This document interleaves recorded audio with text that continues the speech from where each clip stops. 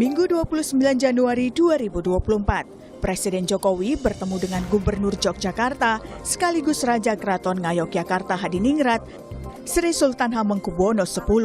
Dalam pertemuan ini, Jokowi mengaku membahas berbagai hal, mulai dari ekonomi hingga politik nasional. Ya, berbicara masalah ekonomi global, geopolitik global, termasuk juga ekonomi nasional, politik nasional, saya kira lama banget sih, dan kan diterima di kediaman. Bertemu dengan Sultan bukan hanya dilakukan Jokowi. Dalam waktu yang berdekatan, semua kandidat Pilpres 2024 juga bergantian bertemu dengan Sultan. Diawali oleh Ganjar Pranowo, calon presiden nomor urut 3 ini datang ke keraton pada 27 Desember lalu. Ganjar mengaku pertemuan ini sebagai ajang silaturahmi untuk membicarakan banyak hal. Silaturahmi, pulang dari Solo, ada acara di sini, sudah janji sama beliau dulu mau silaturahmi, baru bisa ada kesempatan hari ini ya, ngobrol banyak hal. Seperti apa aja Pak Ganjar? Ya, tentang perkembangan bangsa negara. Saya akan sekolah di sini, lama di sini, beliau sesepuh ya, banyak nasihat lah. Situasi kondisi hari ini ya perlu kita jaga kondusivitas. Intinya itu aja. Selanjutnya calon presiden nomor urut 2 Prabowo Subianto juga datang ke Keraton Yogyakarta. Prabowo datang didampingi calon wakilnya Gibran Rakabuming Raka. Kata Prabowo, pertemuan untuk meminta izin memasuki wilayah Yogyakarta. Tadi soal melaporkan dan minta izin masuk ke daerah lah. Dapat juga tadi pandangan beliau untuk beberapa masalah, terutama juga masalah masa depan. Terakhir ada calon presiden nomor urut 1 Anies Baswedan yang juga datang mengunjungi Sultan.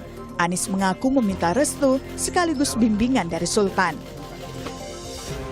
Beliau menjadi rujukan bagi semua, karena itu kami bersilaturahmi dan mendengarkan pesan-pesan bijak, pengalaman-pengalaman, dan diskusi berbagai hal. Jadi tadi ngobrolnya agak panjang, jadi mendengar banyak hal yang tadi dibahas. Saudara, beberapa hari yang lalu Presiden Joko Widodo bertemu dengan Sultan Yogyakarta, Sri Sultan Hamengkubuwono X. Sebelumnya 3 capres yang juga bakal berkontestasi di Pilpres 2024 juga bergantian bertemu dengan Sultan. Lalu apa arti dari sowan atau kunjungan para kandidat di Pilpres 2024 ini? Seberapa besar juga pengaruh Sultan Yogyakarta untuk menaikkan elektabilitas paslon yang bakal bersaing di Pilpres 14 Februari nanti?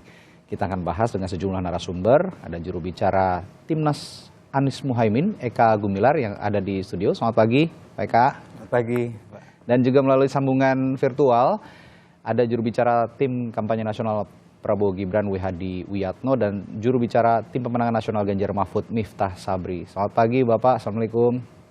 Pagi. Waalaikumsalam warahmatullahi wabarakatuh. Assalamualaikum. Pagi teman-teman dan pemirsa Kompas TV. Baik, nanti juga akan bergabung bersama kita ada analis komunikasi politik atau politik dari Universitas Gajah Mada, Nyarwi Ahmad. Tapi kita akan bahas bersama 3 tim ses di Capres-Cawapres di Pilpres 2024. Saya akan mulai dari Pak Eka dulu. Pak Eka, ya. Sepertinya kalau ngomongin Mas Anies dan Yogyakarta punya memori yang cukup panjang gitu ya. Karena beliau juga pernah tumbuh besar di Yogyakarta, kuliah bahkan di Yogyakarta. Tapi yang ingin saya tanyakan, apa sebenarnya arti Yogyakarta untuk Anies Baswedan dan tim pemenangan Anies Muhaimin dalam konteks Pilpres kali ini? Baik, yang tadi dikatakan betul sekali bahwa Pak Anies memang sangat paham alter Jogja, karena memang dari sejak TK ya sampai dengan kuliah di sana, tentunya bergaul sehari-hari dan nafasnya tentu sudah mewakili aspirasi pemikiran dan bisa menyerap lah pemikiran warga Jogja. Tetapi yang menjadi penting bagi kami ya terkait dengan kunjungan-kunjungan paslon kami ya, terutama Pak Anies ke Jogja, karena kita memandang bahwa Jogja ini adalah miniaturnya Indonesia. Oke, kenapa disebut miniatur Indonesia? Ya, karena semua budaya ya di dalamnya itu ada etnis, ada suku, agama, tinggal di sana, rukun di sana, tapi mempertahankan budaya Indonesia. Sebagai Jadi, kota pendidikan juga ya, kota pendidikan. semua orang kumpul di Jogja begitu. Bahkan ada sebutan ya kota pendidikan, ada kota perjuangan karena semangat perjuangan juga ada di sana ya. Kemudian juga kota budaya, kota kebinekaan. Ini luar biasa sekali. Oke. Dan saya menggarisbawahi juga mengenai Yogyakarta adalah memiliki medan magnet ya, culture yang memang luar biasa bagi orang yang pernah tinggal di sana. Oke. Mereka akan cinta di sana, mereka pernah belajar di sana, tetap akan cinta Yogyakarta. Ya. Juga yang kalah penting mungkin di dalam menjelang Pilpres ini, Pak ya, ini bahwa Sultan ini tidak hanya memimpin masyarakat Jogja. Oke. Beliau juga representatif dari raja-raja dan kesultanan yang ada di Indonesia. Oke. Tersebar di Indonesia. Jadi itu juga bisa mempengaruhi keseluruhan. Itulah yang kita anggap kenapa Jogja demikian penting ya. Baik. Nah, tapi kan Sultan ini tidak berpartai begitu. Kalau di dalam kita tarik dalam konteks politik, Sultan ini tidak berpartai. Beliau ini relatif lebih netral begitu. Dan Bapak Eka tadi mengatakan bahwa Sultan Sri Sultan Hamengkubuwono X Yogyakarta ini punya representasi pemimpin sultan-sultan yang atau kerajaan-kerajaan yang ada di Indonesia. Jadi ke dalam konteks Pilpres yang diharapkan dukungan sultan atau pengaruh sultan. Jadi mana yang lebih berat diambil dari kunjungan Anies Baswedan ke Sri Sultan Hamengkubuwono? Tentu kunjungan Mas Anies ke sana ya kan untuk mendapatkan masukan. Oke. Ya. Karena kita tahu perlu keteladanan beliau itu kita pelajari, kita gali. Kita harus belajar bahwa bagaimana Sultan bisa memimpin Yogyakarta gitu ya dengan jiwa kenegarawan. Tadi yang dibilang bahwa Sultan Jogja tidak berpihak. Betul. Sultan Jogja menaungi semua. Bahkan saya membaca beliau membuat pernyataan di media. Bahkan saya sama istri saya sendiri nggak tahu nih. Nggak tahu mau pilih mana. Pilih mana. Sedemikian menghargainya demokrasi. Itulah yang patut kita pelajari di seorang jiwa. Ya. Oke. Pemimpin itu jiwa rajanya seperti itu menaungi semua rakyat. Bahkan kalau kita tarik dalam konteks netralitas. Nah, pejabat negara begitu, sepertinya Sultan yang paling netral dibanding presiden bahkan sekalipun. Nah, betul. Ya, saya akan bertanya juga ke Gus Miftah nih. Gus Miftah yang menarik, saya ke pasangan nomor urut 3 dulu karena ini menarik. Gus Miftah, kalau kita lihat Yogyakarta ini berada di sekitar Jawa Tengah begitu ya, dikelilingi oleh kota-kota di Jawa Tengah, berbatasan langsung dengan Jawa Tengah. Dan Jawa Tengah adalah basis dukungan utama dari Ganjar Mahfud dan juga Partai Demokrasi Indonesia Perjuangan sebagai partai utama yang mengusung Ganjar Mahfud. Tapi sepertinya dikuntit terus oleh pasangan nomor 2 nih sekarang, termasuk kunjungan ke Sultan Hamengkubuwono. Dan sepertinya kunjungannya lebih lengkap. Kalau Ganjar Mahfud hanya Pak Ganjar saja yang berkunjung, tapi ini Prabowo Gibran berkunjung, lalu Kaesang juga ikut berkunjung. Dan terakhir, Presiden Joko Widodo yang memang saat ini seringkali dilekatkan dengan pasangan nomor urut 2. Apa analisis Anda atau penilaian Anda soal kunjungan Joko Widodo dan juga Pak Ganjar sebelumnya dalam konteks Pilpres kepada Sultan Hamengkubuwono, Sri Sultan Hamengkubuwono X di Yogyakarta, Gus Miftah? Baik, terima kasih. Sebelumnya mungkin saya perlu memberi pandangan lain dulu bahwa Mas Ganjar dan Pak Mahfud itu tentu Jogja sekali ya, bahwa Mas Ganjar adalah mahasiswa UGM, ketua Kagama, kuliah di Jogja. Pak Mahfud juga sama tuh, UGM dan UI. Jadi spirit Jogja sebagai kota yang melahirkan spirit kerakyatan itu menjadi nafas yang tidak bisa dilepaskan daripada pasangan Ganjar Mahfud. Ganjar Mahfud adalah presiden rakyat, bukan presiden dari kalangan elit atau apalagi konglomerat. Itu yang pertama. Yang kedua, ketika kita mengaitkan hubungan antara Ganjar Mahfud dengan Ngarso Dalem, Sinuhun Sultan Hamengkubuwono, maka kita tidak bisa melepaskan bagaimana hubungan platonik, hubungan cinta suci yang murni antara Kepresidenan Republik Indonesia, Republik NKRI dengan Kesultanan Yogyakarta. Bahwa istilah daripada Sultan Hamengkubuwono IX itu adalah tahta itu untuk rakyat. Jadi bagaimana kekuasaan amanah yang didapat oleh presiden yang terpilih itu hendaknya untuk rakyat. Bagaimana konsep-konsep kepemimpinan Jawa, nasihat-nasihat kepemimpinan lah yang dimintakan oleh Mas Ganjar dan Prof. Mahfud kepada Sultan Hamengkubuwono. Jadi kita bukan sekedar datang lapor minta izin gitu ya, tapi ya sekedar kulunwun gitu ya Gus. Tapi nasihat kepemimpinan dan hikmah-hikmah. Bagaimana kepemimpinan yang melayani rakyat, hadir dekat menyelesaikan masalah rakyat. Dalam kosmologi dan konsep kepemimpinan Jawa itu, kalau nasihat Sultan itu kan pemimpin itu mesti mamayu hayuning bawono gitu. Memayungi, meneladan, memberi perlindungan kepada semua masyarakat. Jadi hikmah-hikmah kebijaksanaan inilah yang ingin diserap, dan insya Allah dengan spirit kerakyatan, tahta untuk rakyat itu, maka konsep Mas Ganjar sejak beliau memimpin jabatan hanya mandat, tuanku adalah rakyat, insya Allah mudah-mudahan pulung wahyu ke Prabon dari Sultan yang menjadi simbol kosmologi kekuasaan di Nusantara ini akan berpindah dari Pak Jokowi kepada Mas Ganjar. Kira-kira begitu, Mas. Ya, kalau dalam konteks tadi pertanyaan saya, seperti dikuntit begitu, jalannya Mas Ganjar di Jawa Tengah dan juga di Yogyakarta. Apa komentar Anda? Iya, ini memang kayak di Amerika kan, ada battleground misalnya, Pennsylvania, Ohio. Jadi memang battleground hari ini adalah Jawa Tengah dan Jawa Timur. Ya. Dan kita menyadari pada akhirnya ini pertarungan antara pasangan 01, 03 versus 02. Di mana 02 ini sebenarnya ada 3 pasang itu pesertanya.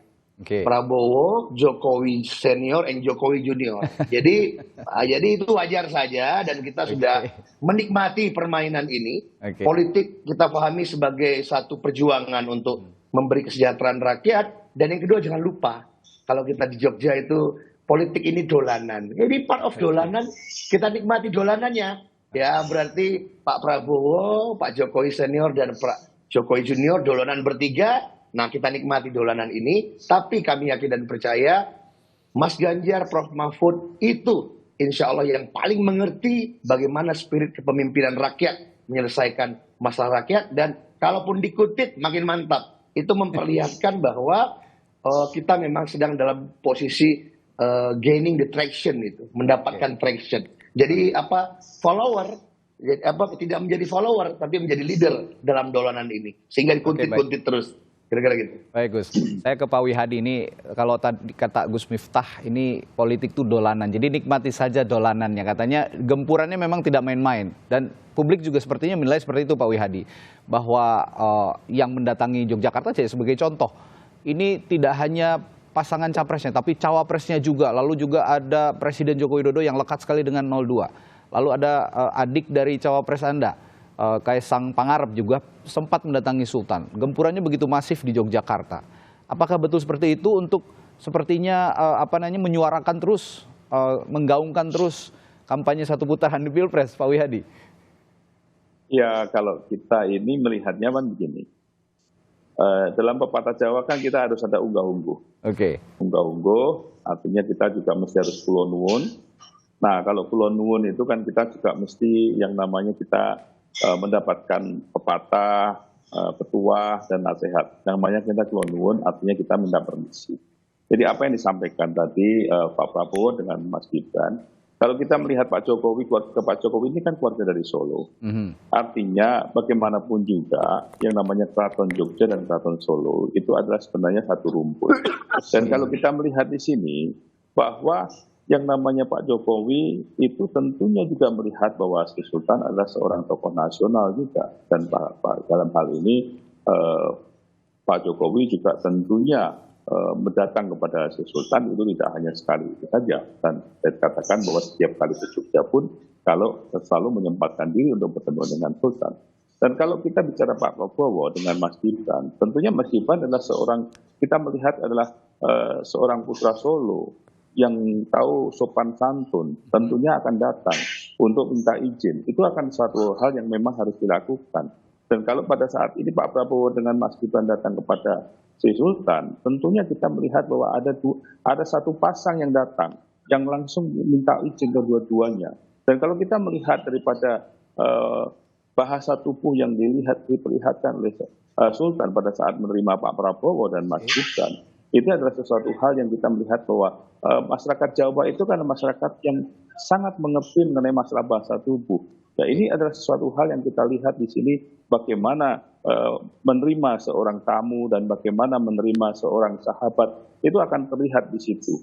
Dan kalau kita melihat ini, masyarakat Jawa lah, teman-teman dari masyarakat Jawa yang bisa melihat itu. Dan ini kalau kita melihat bahwa Keraton Jogja itu tidak hanya kita bicara Jogja, karena kita bicara di Jawa itu ada istilahnya Mataraman. Mataraman itu semuanya melihat bahwa di sini adalah bagaimana pengaruh Sultan terhadap semuanya permasalahan yang ada di Jawa ini. Jadi tidak hanya kita bicara di Jawa, tetapi ini adalah bicara bukan hanya di Jogja, tapi kita bicara Jawa. Mataraman itu tentunya semuanya sangat akan melihat bahwa Sri Sultan sebagai panutan mereka. Jadi saya kira ini adalah merupakan sesuatu hal yang memang harus dilakukan untuk yang namanya kita ini sowan dan kita kulon nuwun dan kita bicara misalnya unggah-ungguh yang ada di masyarakat Jawa. Dan ini dilakukan oleh pasangan Prabowo dan Gibran. Terserah mereka melihat bahwa ini apakah sesuatu hal yang dikatakan mau follower atau apa. Tapi nyatanya kan tiga-tiganya datang semuanya.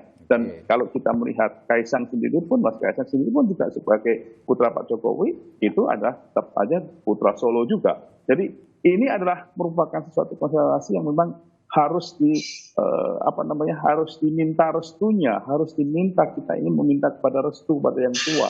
Kita unggah-ungguh, kita mesti harus kulon nuwun. Itu yang disampaikan simbolisasi yang dilakukan pada saat ini dengan Pak Prabowo, Pak Jokowi dan Kaisang yang datang kepada Yogyakarta.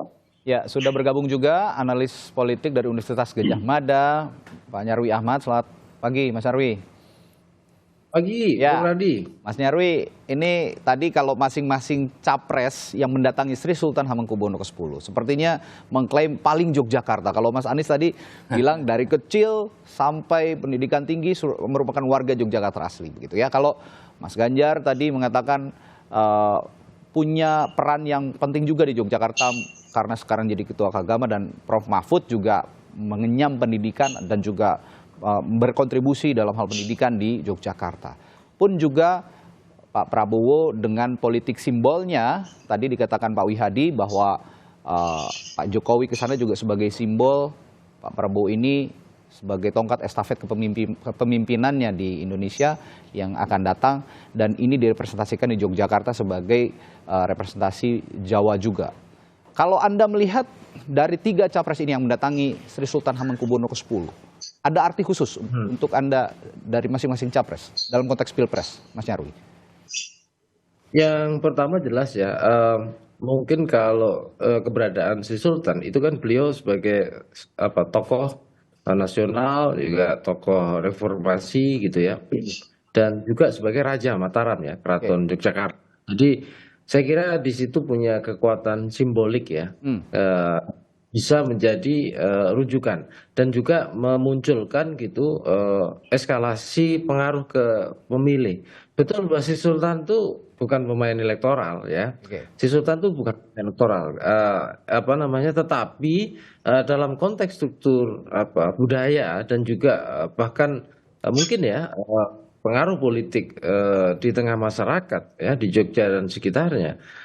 Dan juga kepada para tokoh yang pernah besar di Jogja misalnya, itu terasa sekali kan gitu. Nah, penghormatan paling tidak itu muncul ya kepada Keraton Jogja gitu, dan tentu saja hari ini yang menjadi pengelola atau raja di sana adalah Sri Sultan di situ, Ngarso Dalem. Nah, ini yang menjadikan daya tariknya itu selalu kuat ya, Radi. Dan itu nggak hanya Pilpres hari ini ya. Biasanya itu seperti Pilpres sebelumnya juga begitu gitu ya, dari waktu gitu, karena memang keberadaan Yogyakarta itu punya sejarah tersendiri ya, bagian dari Republik yang ketika awal Republik baru berdiri itu memang menggabungkan diri untuk memperkuat Republik, kira-kira gitu. Dan di situ panjang peran-perannya ya, dari era transisi kemerdekaan, era Orde Lama ke Orde Baru, ya Orde Baru sampai pasca reformasi, panjang sekali di sana peran-perannya.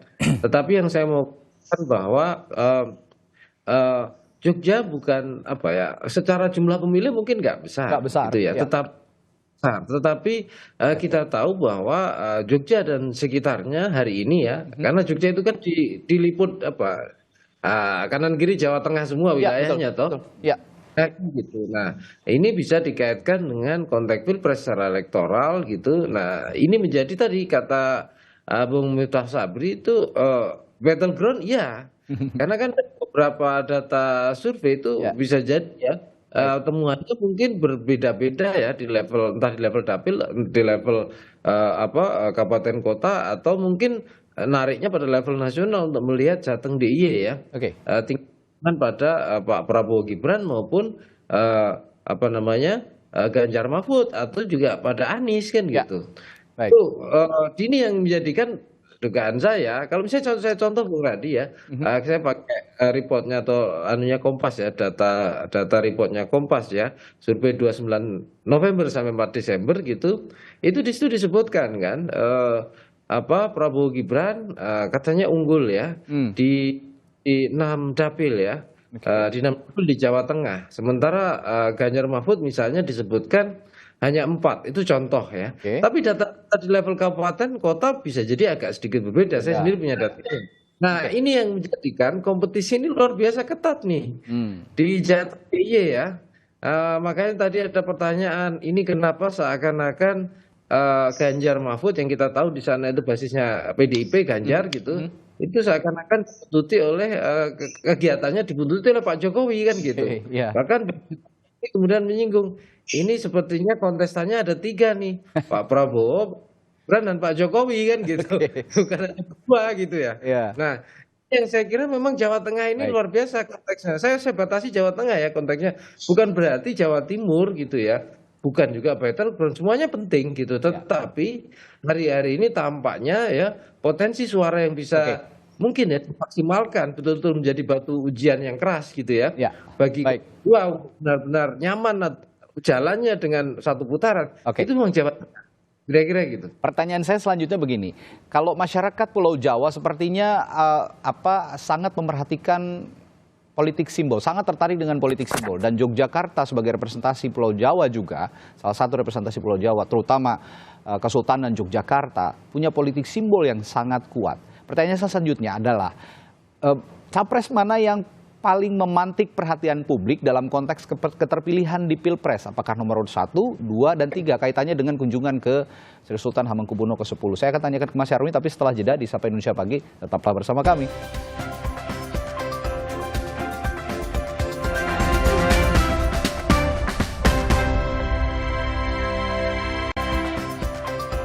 Kembali di Sapa Indonesia Pagi, pertanyaan saya ke salah satu narasumber saya, Mas Nyarwi Ahmad dari UGM tadi, siapa capres yang paling bisa memantik perhatian publik dalam konteks politik simbol yang akhir-akhir ini ditunjukkan oleh para capres, termasuk juga Presiden Joko Widodo yang selalu mengedepankan politik simbol sejak awal menjabat sebagai presiden sepertinya ya.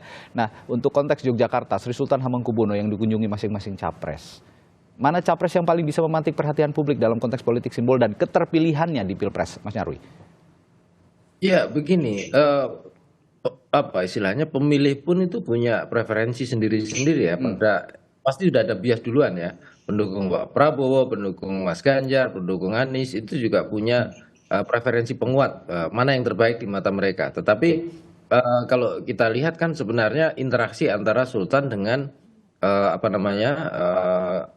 para capres-cawapres itu ya dalam pasca pertemuan tertutup itu yang bisa kita lihat.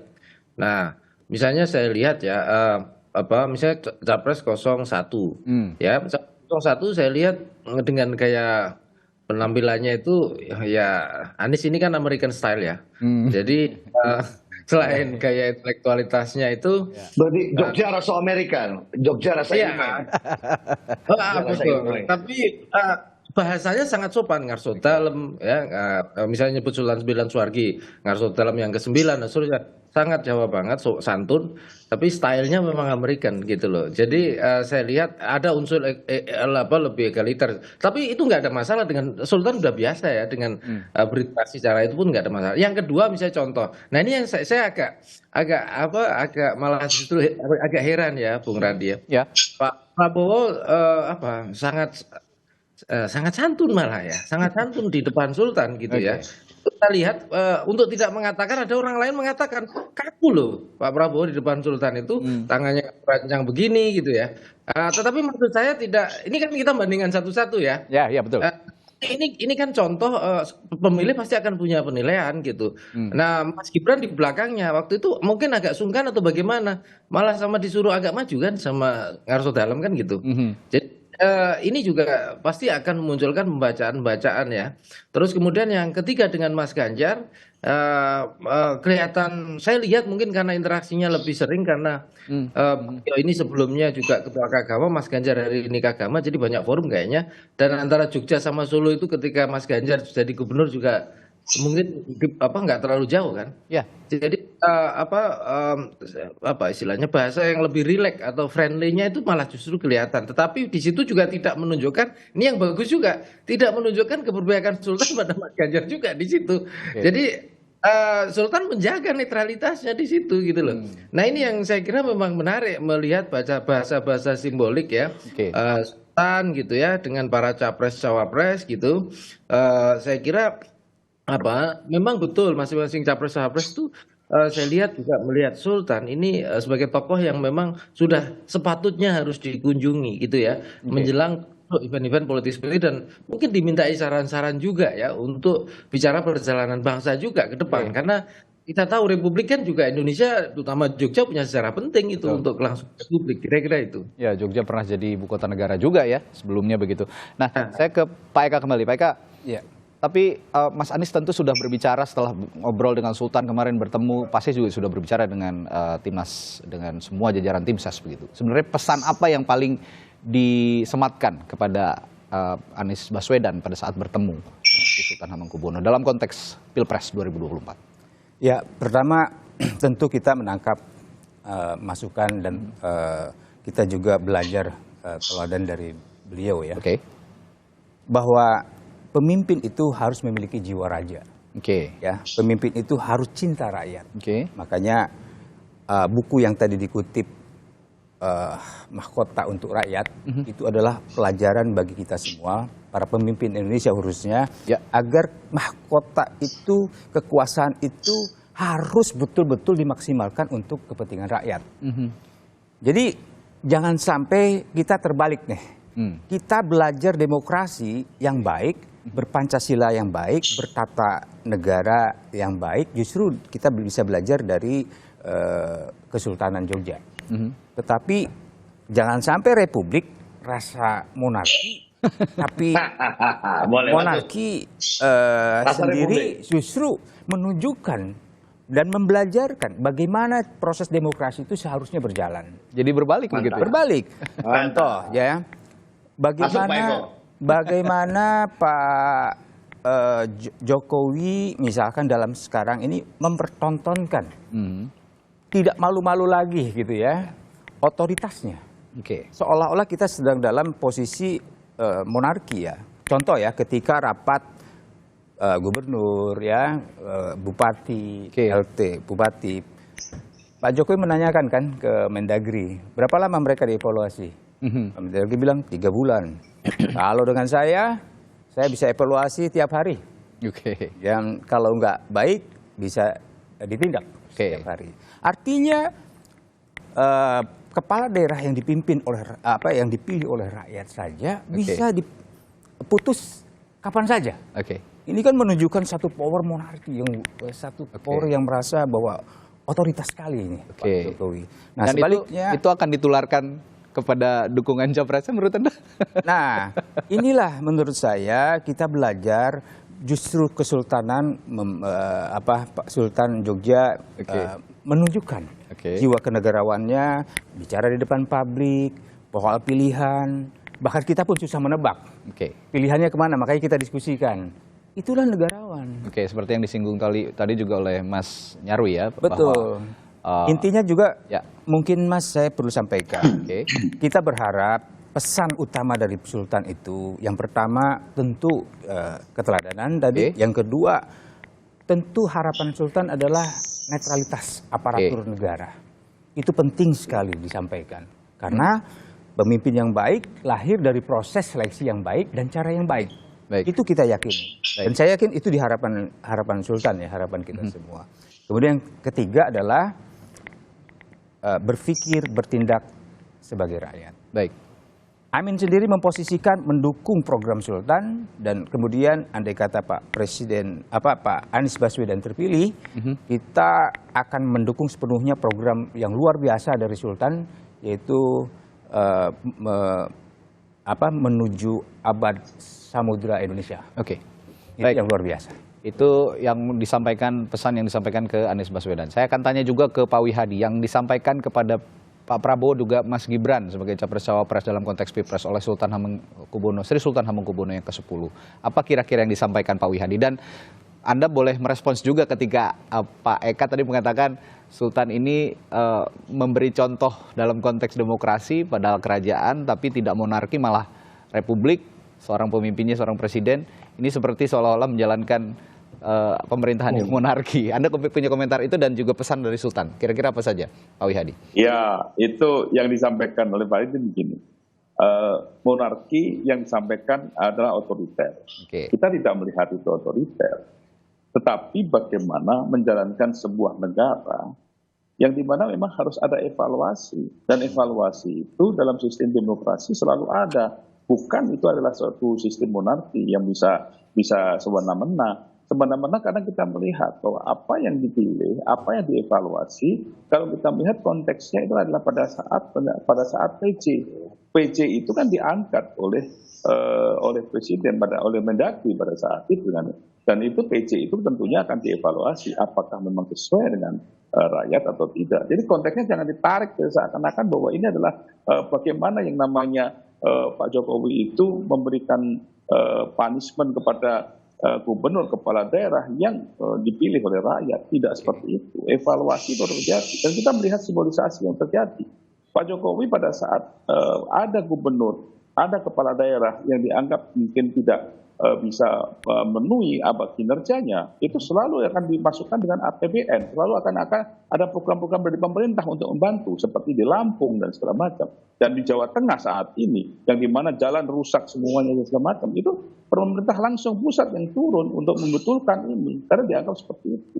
Jadi tidak ada hal-hal seperti itu yang menjadi suatu kata monarki atau demokrasi. Kalau kita melihat simbol yang ada, Sultan yang saya katakan tadi dari awal bahwa simbolisasi masyarakat Jawa ini penuh dengan simbolisasi. Pertemuan dengan Sultan kita lihat bagaimana raut wajah daripada Sultan pada saat konferensi pers itu bisa dilihat juga oleh masyarakat yang gembira, yang buru-buru, yang kemudian juga tidak dianggap cuek dan segala macam. Itu bisa dilihat oleh masyarakat, bisa dilihat oleh rakyat Jawa. Kita ini semuanya tahu, saya katakan tadi bahwa yang namanya Yogyakarta itu tidak hanya Yogyakarta. Ada di daerah kita bicara Mataraman, sampai Jawa Timur, sampai Trenggalek, sampai Pacitan, itu masih dalam konteks itu Mataraman. Yang mereka melihat bahwa simbol daripada seorang sultan. Ini sultan memang kita katakan tokoh nasional, sebagai negarawan. Negarawan dalam hal ini, sultan sendiri, daerah istimewa Jogja ini kan dikatakan bahwa selain sebagai sultan, sebagai seorang gubernur, kepala daerah, jabatan politik di situ. Nah, jadi kita melihat di sini bahwa apa yang disampaikan oleh Pak Jokowi pada saat pertemuan dengan Sultan itu adalah bagaimana pertemuan dua tokoh yang kita melihat bahwa di satu sisi adalah tokoh negarawan bahwa ini adalah istimewa yang dimana Pak Jokowi sebagai presiden. Nah, kalau kita bicara seperti itu jelas bahwa kita tidak bisa membandingkan apple to apple antara monarki dan republik yang dikatakan tadi. Ini ada satu tatanan yang memang terjadi gitu kan. Dan ini lihat konteksnya dulu gitu kan. Nah, jadi kalau pesan-pesan yang disampaikan oleh Pak Prabowo pada saat sampai Pak Prabowo juga menyatakan bahwa Pak Prabowo permisi, katakan tadi unggah-ungguh dan tentunya pesan yang disampaikan bahwa tentunya kita harus menjaga stabilitas nasional. kita harus tidak saling mencaci maki, tidak saling melakukan provokasi. Yang itu disampaikan tentunya untuk menjaga nasionalisme kita, menjaga kebangsaan kita. Jadi ini yang disampaikan, dan itu sudah dilakukan oleh pasangan Pak Prabowo dan Mas Gibran. Bahwa kita tidak pernah kita melakukan provokasi, tidak ada melakukan seperti ini. Justru kita ini yang selalu diprovokasi.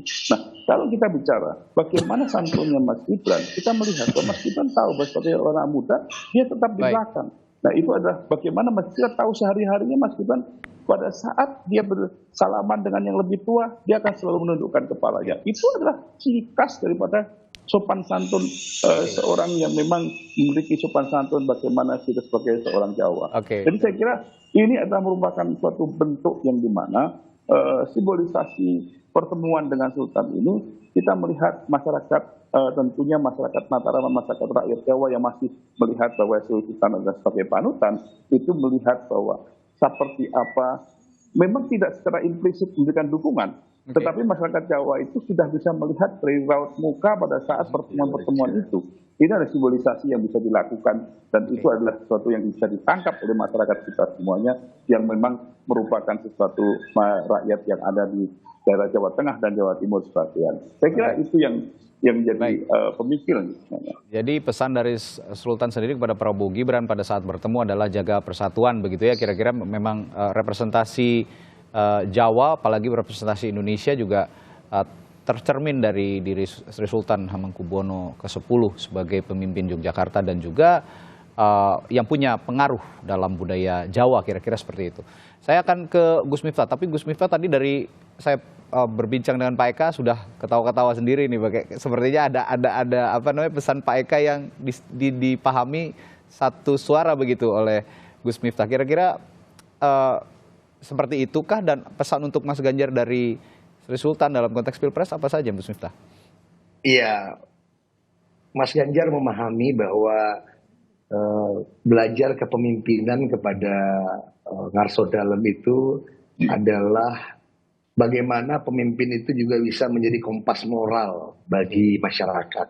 Nah, kompas moral ini kan yang sekarang kita lihat hilang gitu.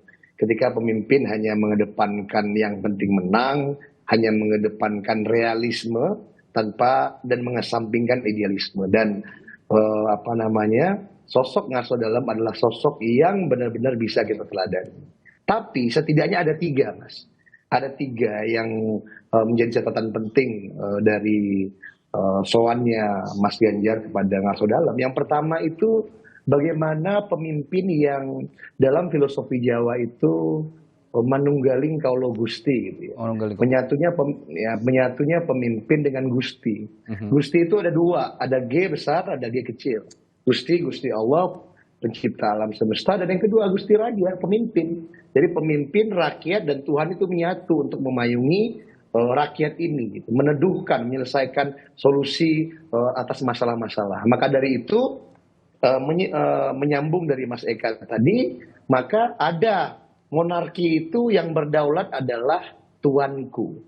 Namun di alam demokrasi ini yang berdaulat adalah rakyat. Maka dari itu Mas Ganjar sejak beliau awal menempuh perjuangan di politik, konsep dari Mas Ganjar adalah tuanku rakyat, jabatan hanya mandat.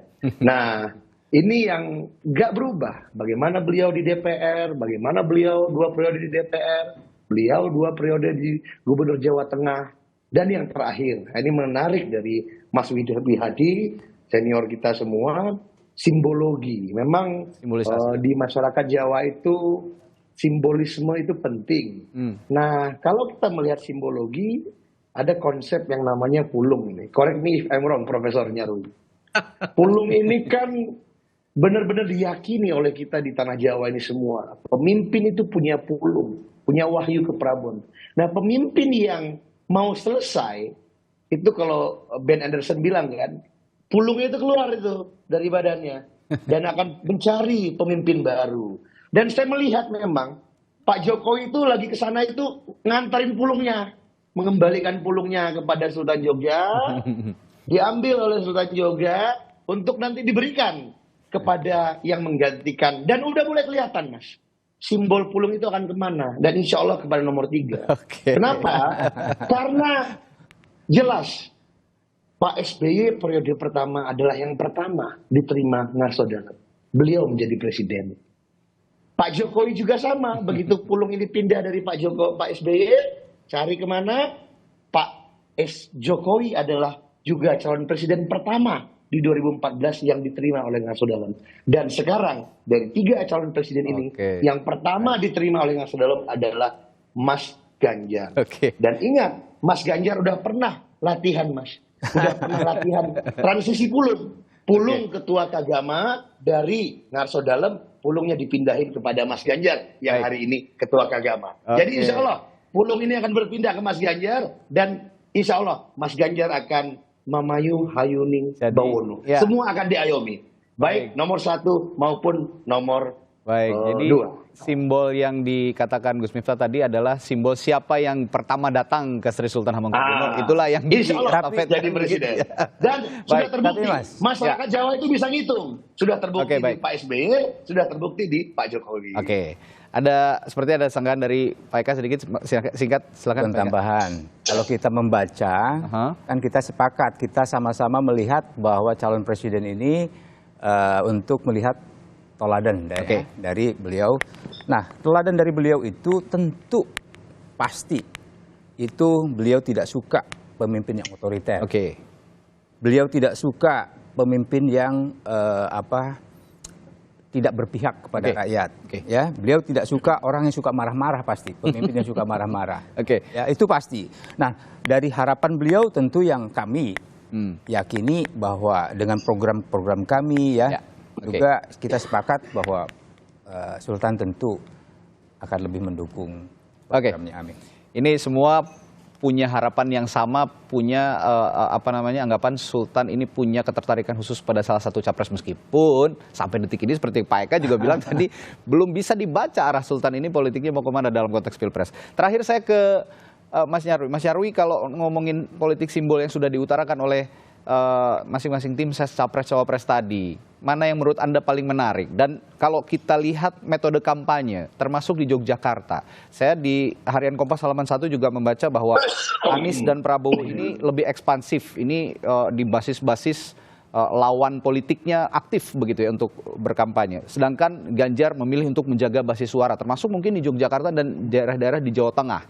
Apa yang Anda baca dari ini, Mas Nyarwi?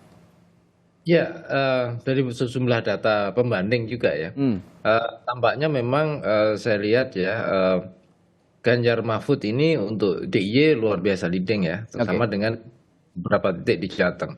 Makanya itu tadi strateginya pasti cenderung defensif. Nah, yang kedua wajar jika Anies Muhaimin maupun Pak Ganjar Pak Prabowo Gibran itu sangat agresif ya, atau memang perlu agresif. Karena apa? Karena memang katakanlah ya betul, ini kan kalau kita tempatkan Jateng DIY battleground, maka mau tidak mau dong kalau mau menambah jumlah suara ya dia harus secara proaktif gitu ya, mendekati pemilihnya kan gitu. Nah, ini yang kemudian para capres-cawapres ini kan bisa kita lihat kan. Jadi Jawa Tengah DIY ini hari ini benar-benar jadi kayak pertandingan sepak bola gitu loh. Cuma bedanya kalau sepak bolanya Pak Jokowi kan jadi kiper ya katanya begitu. Nah, ini kan masing-masing itu bagaimana ada yang bisa memasukkan gol, ada juga yang bisa skornya berkurang kan gitu. Jadi Jateng DIY menjadi perlombaan campaign betul ini dari para tokoh-tokoh besar ini. Kalau kita lihat selama minggu terakhir itu kan rutenya itu atau ritmenya itu kan ada di sekeliling Jateng DIY ya. Capres, cawapres, tadi kata Bung Miftah Sabri plus Pak Jokowi gitu ya. Jadi ada satu lagi gitu. Begitu. Nah, ini yang kemudian saya kira ya akan menentukan juga dinamika di pemilih. Mustahil ya. Orang bilang ada kampanye itu nggak ngaruh. Ya, saya kira tidak sepenuhnya juga. Itu kan beberapa literatur juga masih kita uji ya.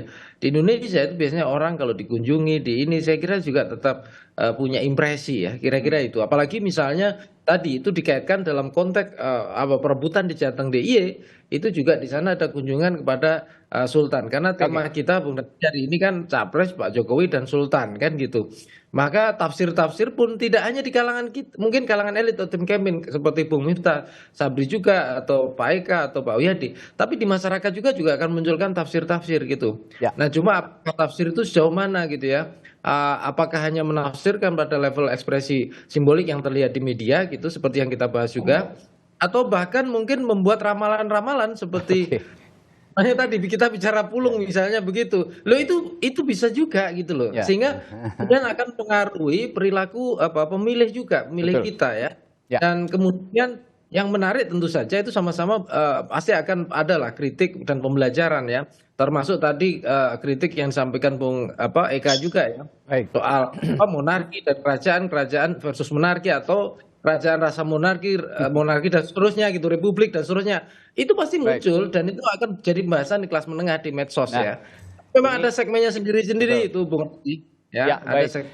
Jadi nanti mungkin ya sikat Pak Eka karena waktu kita sudah habis sebenarnya. Ya, mungkin saya hanya ingatkan saja bahwa ingat Jogja kita akan ingat Bakpia. Bakpia itu bersama Anies kita dukung perubahan Indonesia. Masuk Pak Eko. Nah, kalau bicara politik simbol dan Yogyakarta sangat menarik karena bisa seperti Mas Nyarwi bilang tadi bisa memengaruhi preferensi pemilih dengan tafsir-tafsir politiknya sendiri. Ketika Sri Sultan memunculkan gestur-gestur tertentu, ini yang menarik kita simak nanti ke depan, gestur apa yang akan muncul dari Sri Sultan Hamengkubuwono X dalam konteks Pilpres setelah bertemu dengan 3 capres. Kita akan nantikan bersama. Meskipun sampai detik ini Sri Sultan masih sangat netral, tidak menunjukkan keberpihakannya kepada nomor 1, 2, dan 3. Baik, terima kasih juru bicara Timnas Pulung sudah berpindah ke Mas Ganjar. Juru bicara Timnas Anies Mohaimin, Pak Eka Gumilar, terima kasih telah hadir di studio Kompas TV. Lalu ada juru bicara TKN Prabowo Gibran Pak Wihadi Wiatno, juru bicara TPN Ganjar Mahfud Gus Miftah Sabri, dan pakar komunikasi politik Universitas Gadjah Mada Nyarwi Ahmad telah berbagi perspektifnya di Sapa Indonesia pagi hari ini. Terima kasih Bapak-bapak, selamat pagi. Terima kasih.